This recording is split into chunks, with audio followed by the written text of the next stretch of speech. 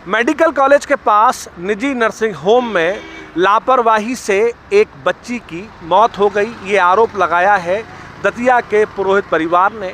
उनका आरोप है कि उनकी बहू अनुराधा को यहाँ पर इलाज के लिए लाया गया था 6 जुलाई को।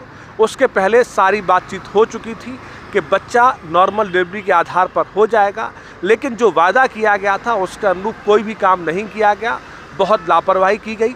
चिकित्सक वक्त से अस्पताल में नहीं पहुंची। इसके साथ ही स्टाफ ने बेहद लापरवाही की और उनकी बहू अनुराधा की बच्ची की मौत हो गई। इन सारी बातों को लेकर थाने में एक प्रार्थना पत्र दिया गया है। साथ ही मामले की जांच कर कड़ी कार्रवाई का अनुरोध भी किया गया है।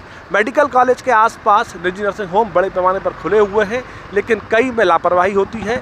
इस पूरे मामले में पुरोहित परिवार के आरोप कितने सही कितने गलत हैं, सारी बातों को लेकर जांच की जा रही है। जांच के बाद साफ हो पाएगा कि आरोप कितने सही या कितने गलत हैं। मेरा नाम धनंजय पुरोहित है। पुरोहित जी, आप कहाँ से आए हुए और किस मामले में थाने आना पड़ा? मैं दतिया से आया हूँ और ये मामला है, मेरी पत्नी की डिलीवरी होना थी, तो जिसके लिए मैं लक्ष्मण सेठ हॉस्पिटल गया था डॉक्टर प्रीति गुप्ता के संस्थान में। तो वहाँ पे मैंने मैडम को दिखवाया अपनी पत्नी को, तो जहाँ उन्होंने नॉर्मल डिलीवरी होने का आश्वासन दिया और कहा कि माने हमारे यहाँ सारी सुविधाएं हैं और नॉर्मल डिलीवरी ही करेंगे, आपको कोई चिंता करने की बात नहीं है और हमारे यहाँ पे सारी सुविधाएं हैं। ऐसा उन्होंने हमको आश्वासन देके और एडमिट कर लिया। फिर उन्होंने रात में जो भी माने इंजेक्शन वगैरह दिए और जिससे क्या है दर्द वगैरह हो रहा था मेरी पत्नी को, तो उस वजह से दर्द ज़्यादा होने के कारण मैंने वहाँ पे जो नर्स थी, जो मैडम तो थी नहीं वहाँ पे, मैडम तो चली गई थी अपने दोस्तों के साथ कहीं, तो मैंने नर्स से कहा कि आप डॉक्टर को बुला लें, उनको थोड़ा बता दें। तो उन्होंने कहा कि डॉक्टर साहब अभी नहीं आ पाएंगी और मैं ही करती हूँ, जो कुछ करती हूँ, डॉक्टर साहब नहीं आते हैं। तो ऐसा उनने फिर और ज़्यादा दर्द बढ़ने लगा, तो मैंने उनको बार बार बोला मैडम को, नर्स जो थी, कि आप डॉक्टर साहब को बुला लें। तो उनने बार बार बुलाने उनसे कहने के बाद भी उनने उनको नहीं बुलाया मैडम जी को। फिर सुबह जब एकदम से माने मेरी पत्नी का हाई माने बीपी एकदम से गिरने लगा और माने एकदम से हाथ पांव फूलने लगे उसके, तो एकदम से बच्चे की पल्स डाउन होने लगी। तो तब भी उस नर्स ने इतनी ज़्यादा माने लापरवाही दिखाई कि उसके बाद उन्होंने मैडम को फ़ोन किया और मैडम भी 20 मिनट बाद आ रही हैं लगभग। तो अगर वो मैडम सही समय पे आ जाती तो मेरी बच्ची हो सकता है बच जाती। आप चाहते क्या हैं? मैं ये चाहता हूँ कि जो उनकी लापरवाही है और जो उनने माने मेरे को झूठा आश्वासन दे के अपने यहाँ पे भर्ती कराया था पैसे के प्रलोभन में, तो उनके ऊपर ये उचित कार्रवाई होना चाहिए। इस वजह से मैं यहाँ पे अपनी शिकायत दर्ज कराने आया था।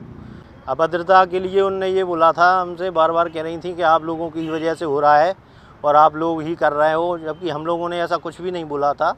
कोई क्या है, हम अपने क्यों बच्चे को और पत्नी के लिए कुछ ऐसा बोलेंगे कि हम उसके जान पे कुछ बन जाए। उन्होंने ये बोला था कि अगर तुम लोग हम पे कार्रवाई करने की सोच रहे हो तो ऐसा दिमाग में भी मत लाना, क्योंकि मैं अच्छे से समझती हूँ ये सब चीज़ें और मैं तुम पे उल्टा रिपोर्ट करा दूँगी, मैं भी एक महिला डॉक्टर हूँ। तो इसके बाद ऐसा उन्होंने हमको डराया धमकाया। और ऐसे तो रोज़ बच्चे मरते हैं, जिंदा होते हैं, कोई तुम्हारा अकेला थोड़ी ना है, ऐसा उन्होंने हमको बताया। और इलाज के दौरान मेरी पत्नी वहाँ पर जो लेटी थी अंदर ओटी में, जो कि नाम मात्र का एक उनका ऑपरेशन थिएटर बनाए हैं वो केवल, तो वहाँ पे भी उनके जो स्टाफ थे वो भी अपने मतलब मेरी पत्नी का इलाज ना करके उसके मुंह पे पूरे कैमरे लगाए हुए थे, उससे माने बरगलाने की कोशिश कर रहे थे कि ये तुम्हारे ससुराल वालों की वजह से हो रहा है और ये लोग तुमको मारना चाहते हैं, इस वजह से इन लोगों ने तुम्हारा ये ऐसा करवाया है। माने उसको, जबकि उसने ऐसा कहा कि नहीं वो लोग ऐसा नहीं चाहते हैं और वो लोग अच्छे लोग हैं, और उसने जो माने ऐसा बोला था। लापरवाही के चलते ये सब हुआ है। मैडम ने इनको रात में भर्ती एडमिट करा लिया कि सब कुछ नॉर्मल है, सब कुछ बढ़िया है, और इनने अपनी दवाई वगैरह और ड्रिप चढ़ा दी, जिससे दर्द और बढ़ गया।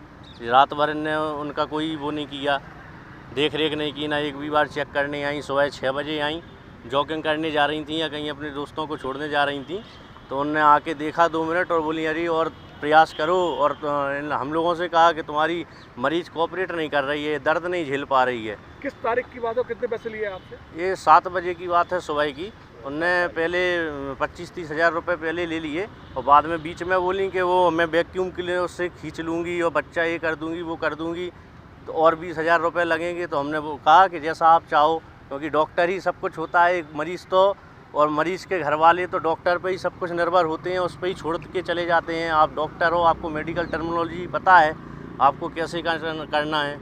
अब वो ज़बरदस्ती उनने करके और नॉर्मल डिलीवरी करके फिर उनने एकदम से आई 8 बजे और सीजल कर दिया, उनका ऑपरेशन कर दिया। ऑपरेशन के बाद बोली धड़कन बंद हो गई, बच्ची में जान नहीं है, सांस नहीं है, और उल्टा कहने लगी कि ये सब आप लोगों की वजह से हुआ है। जब ऑपरेट आप कर रही हो, आप एडमिट करा रही हो, फिर हम लोगों की वजह से क्या हुआ है? थाने आप गए थे, क्या हुआ उधर? थाने में हमने जांच के लिए आवेदन दिया है और हमें आश्वासन दिया है कि आपको जांच करके उचित कार्रवाई करने का उन्होंने आश्वासन दिया है।